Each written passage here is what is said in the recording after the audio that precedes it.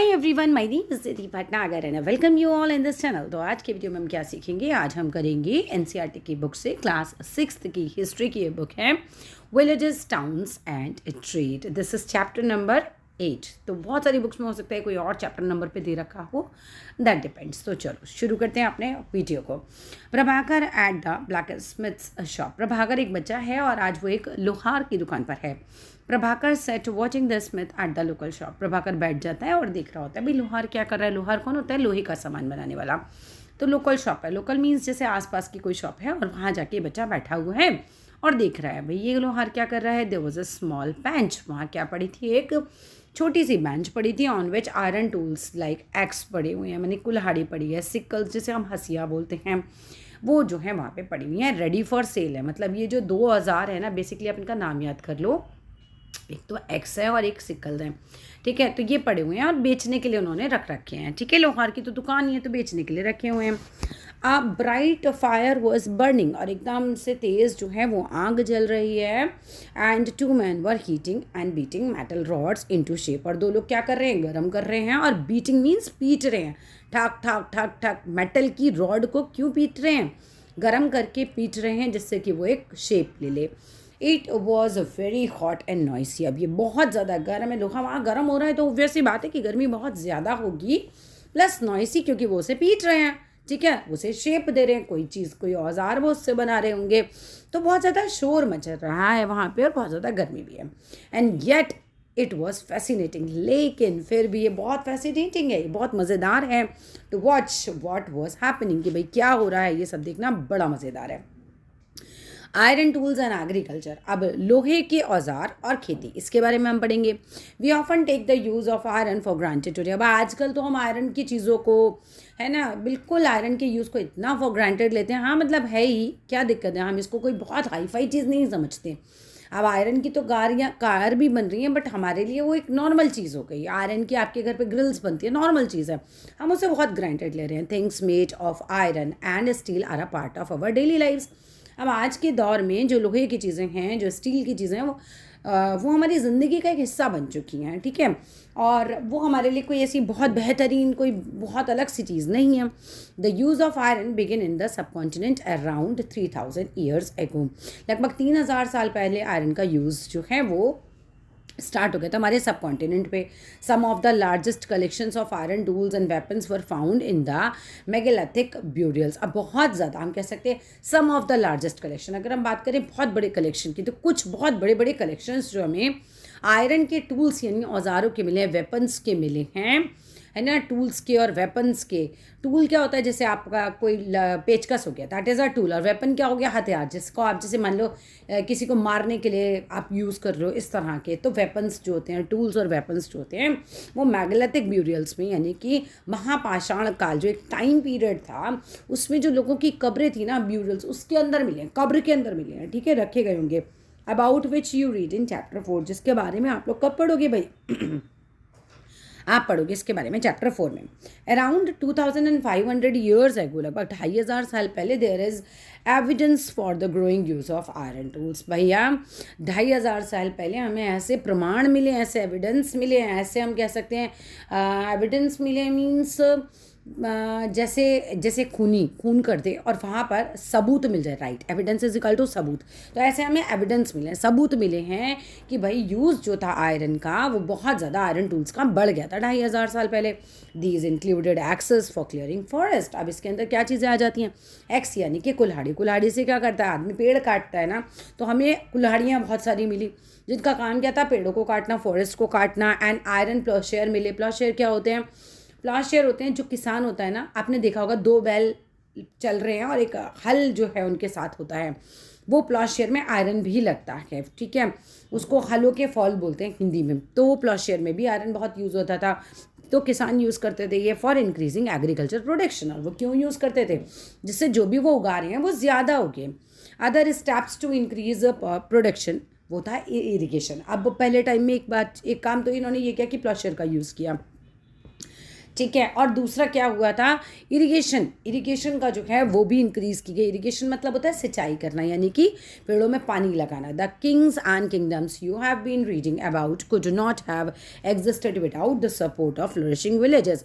अब राजा या उसके राज्य जो थे वो हो ही नहीं सकते थे, एग्जिस्ट ही नहीं कर सकते थे अगर उन्हें सपोर्ट नहीं मिलता।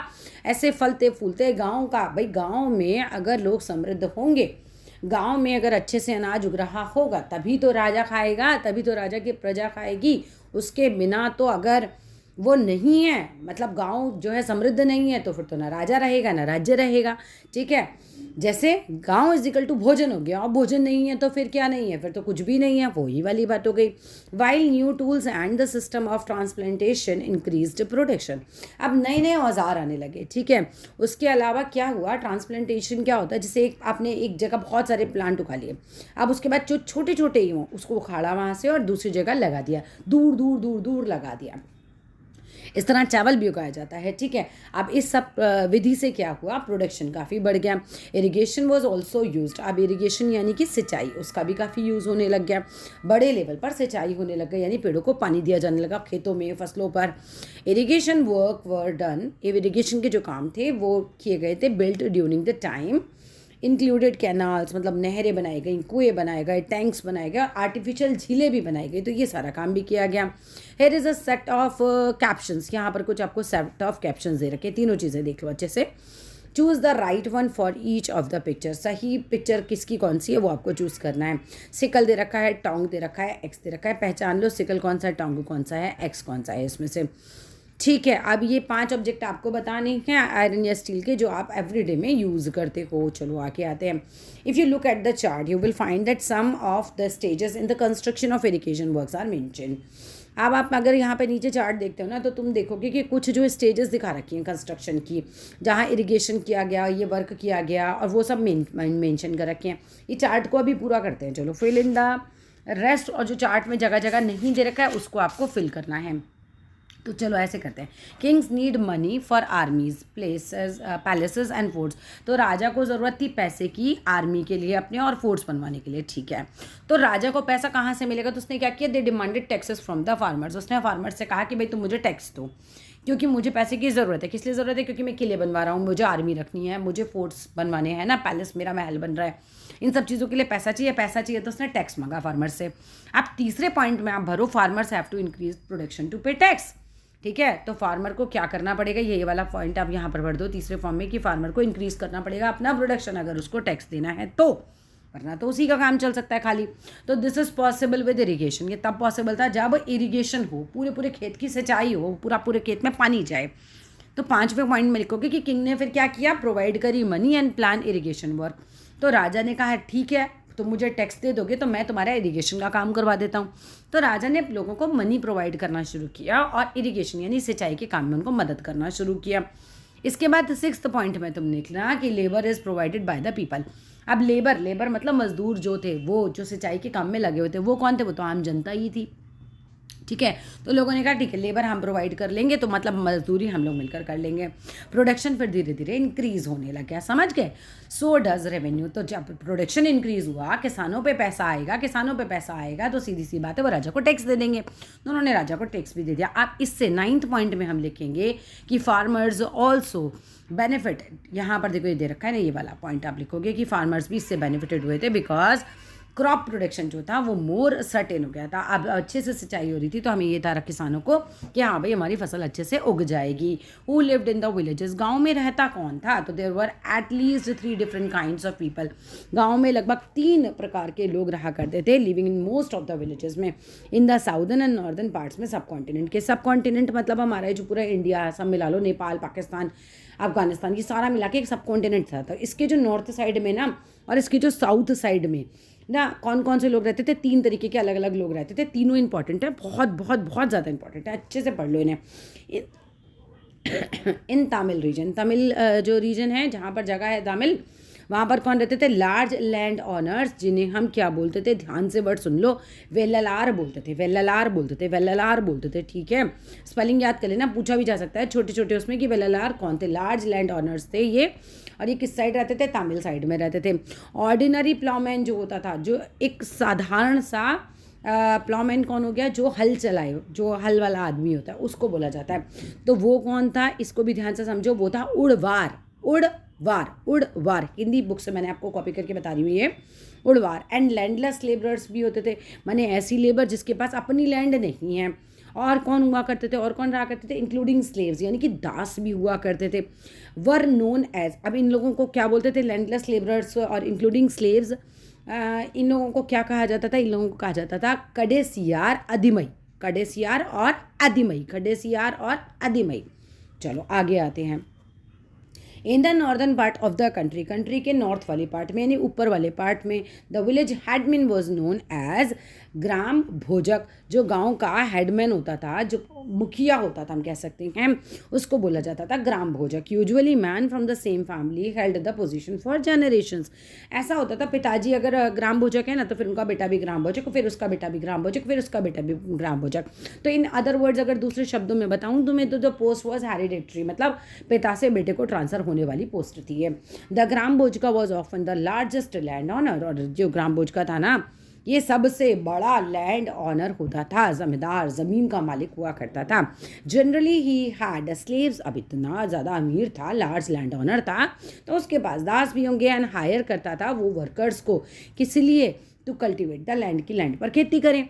Besides as he was powerful, इसके अलावा भी हम ये कह सकते हैं कि वो बहुत ही शक्तिशाली था, उस पर बहुत पावर थी। पावर कहाँ से आती है? पैसे से आती है, पैसा इस पे था। तो the king often used him to collect taxes from the villages. तो राजा जो था, क्योंकि ये बंदा बहुत पावरफुल है, इसमें बहुत पावर है, तो राजा इसी को बोल देता था विलेज हेडमैन को कि तुम अपने पूरे गांव से मेरे लिए टैक्स कलेक्ट करो। तो ये टैक्स भी कलेक्ट करता था राजा के लिए। He also functioned as a जज। अब ये जो ग्राम भोजक व्यक्ति है ना, जो गाँव का हेडमैन है, यही गांव का न्यायाधीश भी था, जज देने वाला भी था। अभी दो गुट आपस में लड़ रहे हैं तो यही जजमेंट भी दे देता था। एंड समटाइम्स हम कह सकते हैं पुलिस का काम भी यही कर लेता था। तो उस समय इतनी सर्विसेज इस तरह की प्रोफेशनल जो थी होती ही नहीं थी, तो ये लोग इसी तरह से फैसले कर लिया करते थे। अपार्ट फ्रॉम ग्राम भोजक के अलावा there were other independent farmers, दूसरे इंडिपेंडेंट फार्मर भी होते थे, किसान भी होते थे, जिन्हें हम नोन एज गृहपति कहते हैं। ध्यान से वर्ड सुन लेना। Most of them were smaller land owners. और ये गृहपति कौन होते थे? ये फार्मर्स जो होते थे ना, इनकी छोटी छोटी ज़मीनें होती थी, इनके पास बहुत बड़े बड़े लार्ज लैंड ऑनर्स नहीं होते थे, ये छोटी छोटी ज़मीनों के मालिक हुआ करते थे। And then there were men and women such as das, karmakar, ये भी हुआ करते थे, who did not own land. अब दास और कर्मकार के पास अपनी ज़मीन होती ही नहीं थी। And had to earn a living working on the fields, और अपनी लिविंग, अपने जीने का जो उनका साधन था वो क्या था कि वो फील्ड पर काम करें, ओन्ड बाय अदर्स, जो दूसरों की ज़मीनें हो। इन मोस्ट विलेजेस, और ज़्यादातर गाँवों में, there were also some craft persons, कुछ क्राफ्ट पर्सनस भी होते थे जो कलाकृतियाँ बनाते होंगे, जैसे ब्लैक स्मिथ हुआ करते थे। ये ब्लैक स्मिथ मतलब होता है लोहार। कुछ पॉटर हुआ करते थे जैसे कि कुम्हार जो मिट्टी के बर्तन बनाता है, कुछ कारपेंटर हुआ करते थे जो बड़ा ही लकड़ी का सामान बनाता है, कुछ वीवर हुआ करते थे जो कि बुनकर होते थे। वीवर्स मीन्स जो स्वेटर बुन रहे हैं, कपड़ा बुन रहे हैं, इस तरीके से। अब एक पॉइंट आता है द अर्लीस्ट तमिल कंपोजिशन, प्राचीनतम तमिल रचनाएं जिसमें कुछ लिखा गया है, right. Some of the earliest works in Tamil known as Sangam literature. अब कुछ जो तमिल का लिखा हुआ पोर्शन है अर्लीस्ट टाइम पे, बिल्कुल स्टार्टिंग वाले टाइम पे, हम उसको बोलते हैं क्या है? ये तमिल जो संगम लिटरेचर है। क्या है ये? संगम लिटरेचर है। वर कंपोज अराउंड 2300 ईयर्स एगो, लगभग 2300 साल पहले कंपोज किया गया था। These taxes were called संगम। इस टेक्स को हम संगम बोलते हैं because they were suppose to have been composed and compiled in assemblies. अब इसको क्यों बोलते हैं? असेंबलीज ऑफ पोइट्स के टाइम पे ये कंपोज किया गया था। मतलब जो कवि सम्मेलन होते हैं, जैसे आपने देखा होगा बहुत सारे पोइट्स अपनी पोइट्री कर रहे हैं, उस समय ये बैठकर लिखा गया था, वहाँ उनकी असेंबली में ये लिखा गया था। कवियों के सम्मेलन में, असेंबलीज ऑफ पोइट्स में ये लिखा गया था। And that were held in the city of, कौन सी सिटी में था? मदुरई शहर में हुआ था ये, ठीक है। The Tamil terms mentioned above are found in Sangam literature. जो तमिल टर्म है, जो तमिल टर्म्स हैं वो हमें मेंशन मिलती हैं, इनके बारे में हमें पता चलता है। अबव आर द फाउंड, मतलब जो ऊपर हमें मिली हैं ये सारी चीज़ें कहाँ मिलती हैं? हमें संगम लिटरेचर में इसके बारे में पता चल जाता है, ठीक है।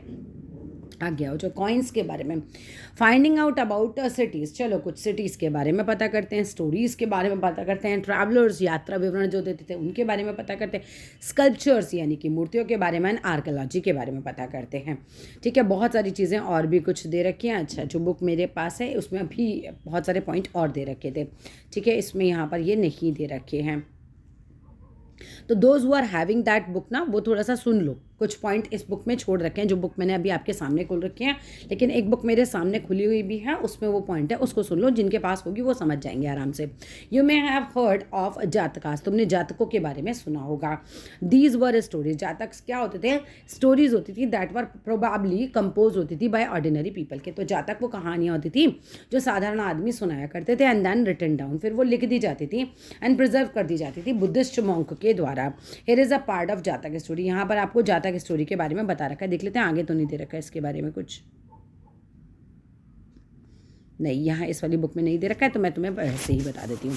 एक तुम्हें कहानी दे रखी है किसकी, द क्लेवर पुअर मैन की, है ना, एक निर्धन जो है उसकी चतुराई के बारे में बता रखा है। तो वंस अपॉन अ टाइम, एक बार की बात है, there was a clever poor young man था who lived in a city, वो एक शहर में रहा करता था।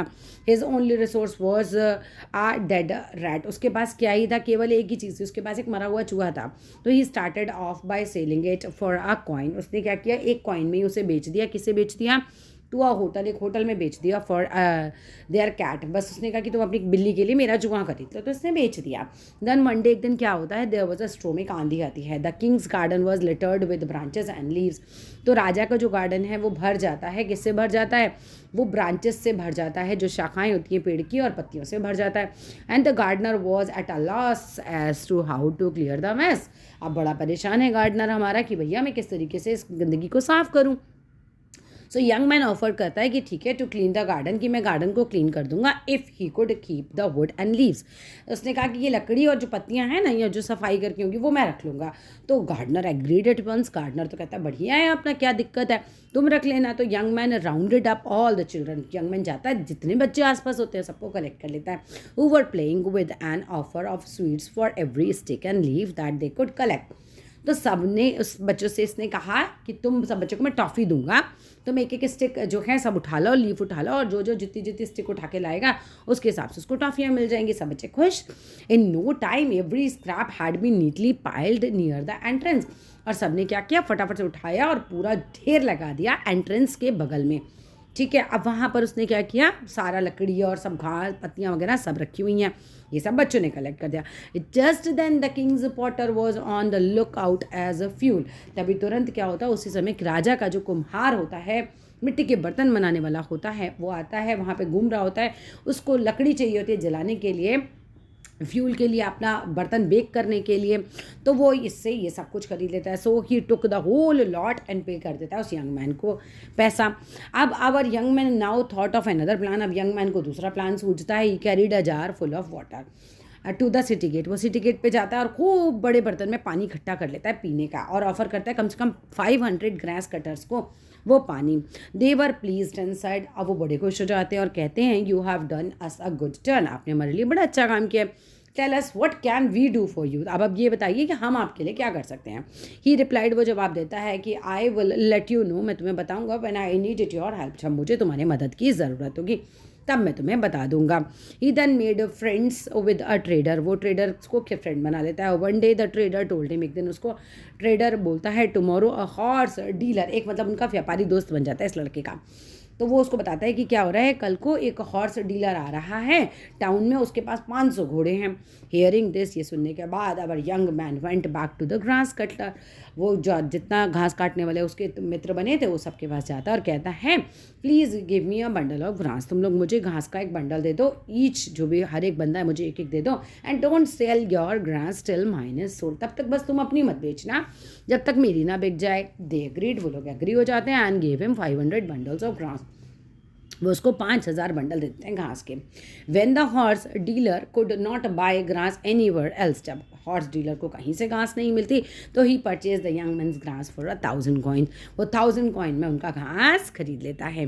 We can use other kinds of evidence, हम और दूसरे तरीके के एविडेंस को भी यूज़ कर सकते हैं to find out about life in some of these early cities में, जैसे कि स्कल्पचर्स जो कि कार्व्ड आउट हुए हैं, उससे सीन्स बने हैं जो डिपिक्ट करते हैं लोगों का जीवन कैसा था टाउन्स में, विलेज में, एज वेल एज फॉरेस्ट में लोग जो हैं वो कैसे रहा करते थे। ठीक है, many of these sculptures were used to decorate railing, बहुत सारे जो स्कल्पचर्स थे वो रेलिंग के ऊपर बने हुए हैं, पिलर्स पे बने हुए हैं, गेटवेज पे बने हुए बिल्डिंग के। तो जब आप इन्हें देखते हो तो आपको समझ आ जाता है कि भाई वो जो लोग हैं कैसे रहा करते होंगे। मैनी ऑफ द सिटीज़ जो कि डेवलप हुई थी about 2,500 years ago were Capitals of महाजनपदाद, ये सब कैपिटल थी महाजनपदास की। That you learned about in cities, जिनके बारे में आपने सिटीज़ के बारे में पढ़ा होगा। Word surrounded by massive fortified wall, ये सब घिरी हुई थी किससे, बहुत बड़ी बड़ी दीवारों से। In many cities archaeologist have found rose of pots, बहुत सारी सिटीज़ में जो आर्कियोलॉजिस्ट हैं उन्होंने पाया बहुत सारी रो लाइन से लगे हुए हैं पॉट्स, और सारे में एक रिंग्स बनी हुई हैं, अरेंज्ड हैं one on the top of other, एक के ऊपर एक अरेंज हैं। These are known as ring wells, इनको रिंग वेल्स कहा जाता है। These seemed to have been used as toilet, उस समय ऐसे लोग जो थे वो इसे टॉयलेट की तरह यूज़ करते थे। ठीक है, इन सम केसेस में मतलब वो इन सम केसेस टॉयलेट की तरह यूज़ होती थी, और एज वो ड्रेन जैसे नाले वगैरह होते हैं और गार्बेज डंप्स जहाँ फेंका जाता है कूड़ा बना, उसकी तरह यूज़ होते थे। These ring wells are usually found in individual homes, ये इंडिविजुअली लोगों के घरों में भी पाए जाते थे। We have hardly any remains of places, markets और होम्स ऑफ ऑर्डिनरी पीपल, अब हमें लोगों के ना घरों के नहीं कोई रिमेन्स मिले, हमें लोगों के मार्केट के नहीं मिले, या ऑर्डिनरी पीपल किस तरह से रहा करते थे उसके नहीं मिले। क्यों नहीं मिले? आर्कियोलॉजिस्ट ने भी नहीं दिए, क्योंकि ये बने होते थे वुड के, मड के, ब्रिक के और थैच यानी छप्पर के, तो ये नहीं मिले क्योंकि ये सर्वाइव नहीं कर सकते एक टाइम के बाद। Another way of finding out about early cities, एक और तरीका है कि हम अर्ली सिटीज़ कैसी थी इसके बारे में पता लगाएं। अकाउंट्स ऑफ सेलर्स, जो लोग नाव वगैरह में जाते थे, नाविक थे या ट्रैवलर्स थे जो यहाँ पर आए होंगे, उन्होंने बताया, उससे भी हमें पता चलता है। One of the most detailed account that has been found by was by an unknown Greek sailor था, उसने डिस्क्राइब किया था, he described all the ports he visited, उसने सारे पोर्ट्स के बारे में बताया जो उसने विजिट किए थे। फाइंड करना है बहरूच को, भरूच जगह थी मैप पर, एंड रीड करना है उसके डिस्क्रिप्शन के बारे में। अब आपको बस एक पैराग्राफ और रह गया, फिर ये कॉइन्स पर पहुंच जाएंगे हम लोग। ठीक है, एक पैराग्राफ में आपको क्या बताया गया है, द स्टोरी ऑफ बेरीगाजा, और कुछ बच्चों के पास एडिशन ये वाला भी होगा जो मैं पढ़ रही हूँ अभी। ठीक है, the gulf is very narrow at Barygaza, gulf जो जगह थी वो बहुत ही संकरी थी बेरीगाजा में, and very hard to navigate for those coming from the sea, और उन लोगों के लिए बड़ा मुश्किल था नेविगेट करना जो समुद्र से आते हैं। Ships had to be steered in by skilful and experienced local fisherman, अब केवल लोकल फिशरमैन ही जो हैं, जो बहुत स्किलफुल है, जो कुशल हैं, वही यहाँ से शिप्स को ले जा सकते थे। Who were employed by the king, और इनको कौन रखता था? राजा रखता था। And the imports into Barygaza were wine, copper, tin, तो ये सब चीज़ें आती थी यहाँ पर, इम्पोर्ट करते थे ये लोग। वाइन आती थी, कॉपर आता था, टिन, लीड आती थी यानी सीसा, कॉरल मतलब मूंगा आता था, टोपोज मतलब पुखराज आता था एक तरीके का, ये नग है ना, क्लोथ आते थे, गोल्ड आता था, सिल्वर कॉइन्स आते थे। Exports from own in town included plants from Himalayas भी आते थे, ये एक्सपोर्ट होते थे, बाहर जाते थे। आइवरी, हाथी दांत बाहर जाते थे। अच्छा, गोमेद जाता था, अगेट मीन्स गोमेद, एक तरीके का ये भी नग है जो हाथों में पहनते हैं। कार्निलियन जाता था, कॉटन, सिल्क और परफ्यूम्स वगैरह जाते थे। Special gifts were bought by merchants for the king, अब राजा जो के लिए इस पर जो मर्चेंट्स वगैरह व्यापारी होते थे वो बड़ी गिफ्ट्स वगैरह लेकर आया करते थे। These included vessels of silver के बर्तन ला रहे हैं, सिंगिंग बॉयज़ बना के लेकर आ रहे हैं, ब्यूटीफुल वुमेन ला रहे हैं, और फाइन वाइन ला रहे हैं, फाइन क्लोथ ला रहे हैं, ये सब राजा के लिए लाया जाता था। अब एक काम करते हैं, ये जो कॉइन वाला पोर्शन है ना, यहाँ से हम करेंगे अगली वीडियो में। वाई? बिकॉज जिनके पास ये वाला एडिशन जो अभी पढ़ रहे हैं तो उनका छूटा नहीं होगा, क्योंकि जिनके पास ये एडिशन है नहीं, उन्होंने बीच में वीडियो स्किप कर दी होगी। जो मैं पढ़ रही हूँ वो एडिशन नहीं हुआ तो वो स्किप कर दी होगी उन्होंने। तो नेक्स्ट वीडियो में बनाएंगे हम कॉइन्स से। ठीक है, that's all in this video. अच्छा लगे तो लाइक कर देना, शेयर कर देना, सब्सक्राइब कर देना।